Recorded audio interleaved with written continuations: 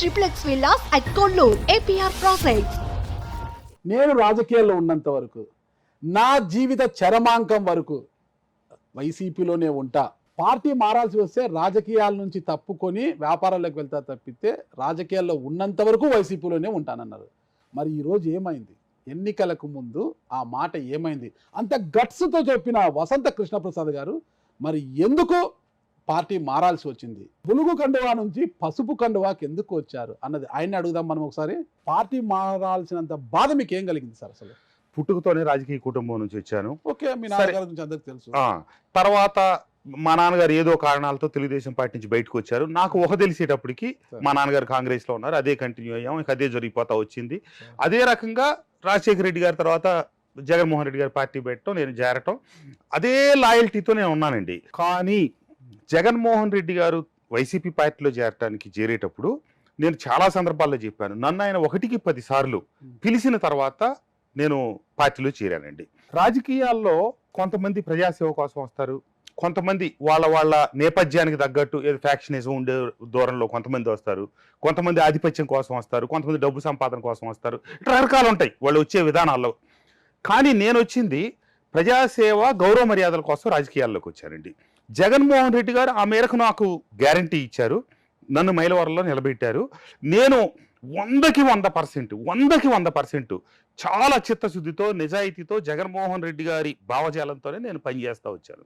కానీ నేను ఆయన మీద వన్ సైడెడ్గా ప్రేమతో ఆయనతోనే ఉండాలి, ఆయనతోనే నా రాజకీయ జీవితం ముగించాలి అన్నంత గట్టిగా నేను మీతో చెప్పి నేను రికార్డు చేస్తాను అంటే చేసుకోండి అని కూడా చెప్పాను. కరెక్ట్.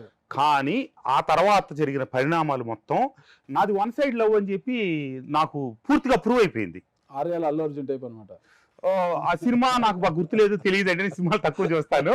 తర్వాత జోగి రమేష్ తీసుకొచ్చి మంత్రి పదవి ఇవ్వటం, జోగి రమేష్ నా నియోజకవర్గంలో ఇన్వాల్వ్ అవటం, నన్ను నానా చికాకులు పెట్టడం, ఇదేంటి నన్ను ఇబ్బంది పెడుతున్నాడని చెప్పి జగన్మోహన్ రెడ్డి గారి దృష్టికి, పార్టీ పెద్దల దృష్టికి తీసుకెళ్ళటం. అసలు ఏమాత్రం స్పందించకపోగా వాళ్ళ ధోరణి ఎట్లా కనిపించిందంటే అండి, నేను సర్దుకొని జోగి రమేష్కి ఒక అనుచరుడిలాగా నేను ముందుకు వెళ్ళాలి అనే అంతగా జగన్మోహన్ రెడ్డి గారు, అంటే నేను కంప్లైంట్ చెప్పిన తర్వాత నేను ఆ విషయం అన్ని మీడియాల్లో వచ్చింది, చాలా రభస నడిచింది. మా నియోజకవర్గానికి సంబంధించి ముందే చికాకు పెడతామన్నారు ఆయన, జోగి రమేష్ గారు అనే వ్యక్తి. ఆయన మంత్రి అయిన తర్వాత ఇంకా ఎక్కువ చేయటం మొదలెట్టారు. అది ఆ విషయాన్ని నేను పార్టీ వేదికల మీద రకరకాల కార్యక్రమాలు, కృష్ణా ఉమ్మడి ఎన్టీఆర్ జిల్లాలో పార్టీ ప్లేనరీ నిర్వహించిన ఏకైక ఎమ్మెల్యే నేను. ఇది ఎవరు ముందుకు రాలా, లేదు నేను పెడతానని చెప్పి వాలంటీర్గా ముందుకు వచ్చి కార్యక్రమాన్ని అతి భారీ ఎత్తున నిర్వహించారు. దానికి జోగి రమేష్ గెస్ట్కి కూడా పిలవాల, ఎందుకంటే అతను డిస్టర్బెన్స్ ఆల్రెడీ నన్ను చేస్తున్నాడని చెప్పి, ఎందుకంటే అతను టెక్నికల్గా కృష్ణా జిల్లా మంత్రి కదా. కానీ వాళ్ళతో పార్టీ పెద్దలతో నాకు ఫోన్లు చేయించి చివరికి పిలిపించుకున్నాడు. సరే నేను పిలిచాను మొహాటం కొద్దీ. ఆ వేదిక దగ్గరకు వచ్చి సజ్జల రామకృష్ణారెడ్డి గారు, పార్టీ పెద్దలు అందరూ ఉన్నారు, అక్కడికి వచ్చి అల్లరి చేయించాడు.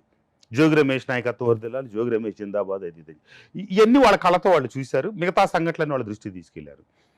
ఇక రకరకాల గొడవల తర్వాత ముఖ్యమంత్రి గారు నియోజకవర్గ స్థాయిలో ఉన్న ముఖ్యులందరిని పిలిపించి ఒక సమావేశం ఏర్పాటు చేశారండి. ఎవరిని పిలవమంటే 50 మందిని పిలిపించారు. అక్కడ నేను సమస్య అంతా చెప్పిన తర్వాత ముఖ్యమంత్రి గారు ఆ సమావేశంలో ఆ 50 మంది నియోజకవర్గ ముఖ్య నేతలతో ఏం చెప్పారంటే, జోగి రమేష్ మంచోడు, జోగి రమేష్కి అంతేగా మంత్రి పదవి ఇచ్చా, జోగి రమేష్ పెడల్లో పోటీ చేస్తాడు, కృష్ణప్రసాద్ మైలవరంలో చేస్తాడు, కానీ జోగి రమేష్ మైలవరంలో పెద్ద మెజార్టీతో గెలుస్తాడు, మైలవరం గెలిపించే బాధ్యత కూడా నేను జోగి రమేష్ చేతిలో పెడతా, జోగి రమేష్ గెలిపించుకొస్తాడు కృష్ణప్రసాద్ అని చెప్పి మాట్లాడారండి. అంతే తప్పితే అతను పెడంలో అతని పని అతను చేసుకుంటాడు, మైలవరంలో కృష్ణప్రసాద్ చేసుకుంటాడు అని చెప్పి చెప్పలే ఆయన. జోగి రమేష్ ఎందుకు మంచోడయ్యారు జగన్ గారికి?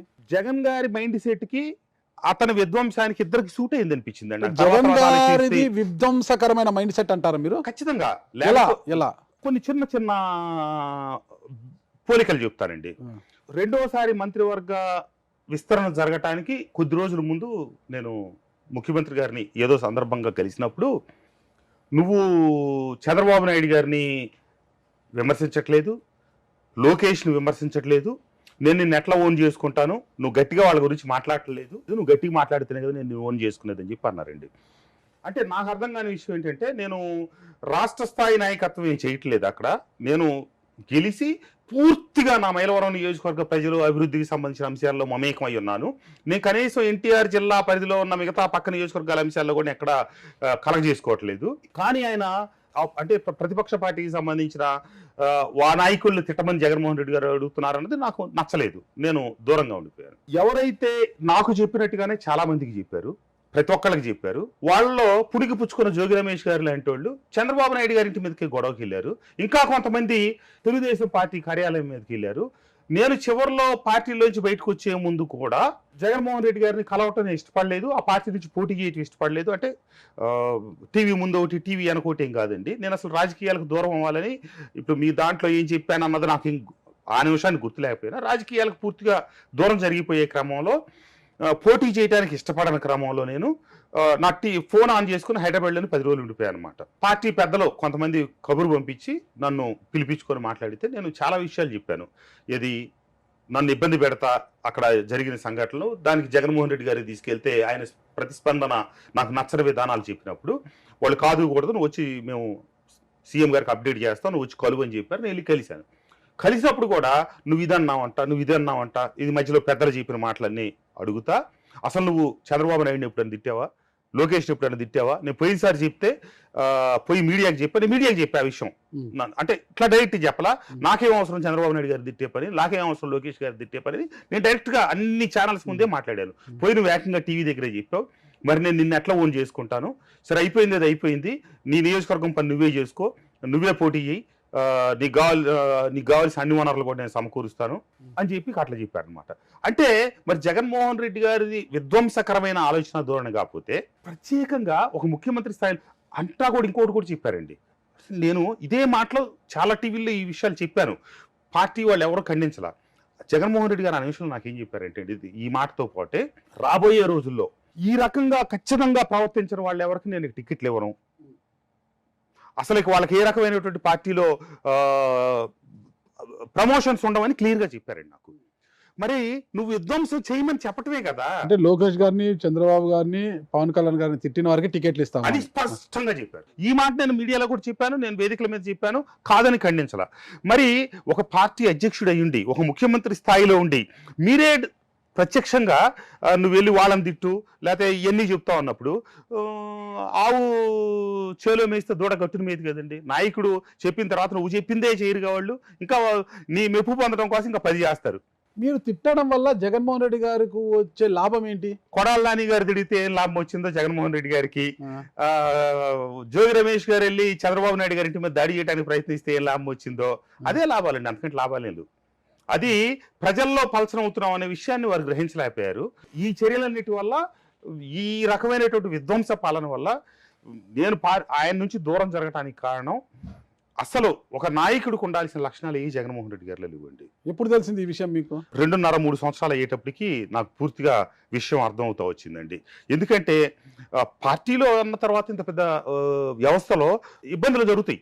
ఇది వాళ్ళు పోట్లాట్లాడు, రాజకీయం అంటే ఆధిపత్యం కదా. దానికి ఏమిటి అనేది ఆ సమస్యను నాయకుడు గుర్తించటం, ఎవరి పరిధిలో వాళ్ళని ఉంచేటట్టుగా చర్యలు తీసుకోవటం ఆయన బాధ్యత. కానీ అంతా మీరు కొట్టుకు చావండి, నా దాకా రావద్దు, ఒకవేళ మీరు జుట్లు పట్టుకుంటే సర్దు, ఇదే తప్పితే తప్పు అయితే తప్పు, ఒప్పు అయితే ఒప్పు అని చెప్పే నేర్పు ఆయన దగ్గర ఉందని నేను అనుకోవట్లా.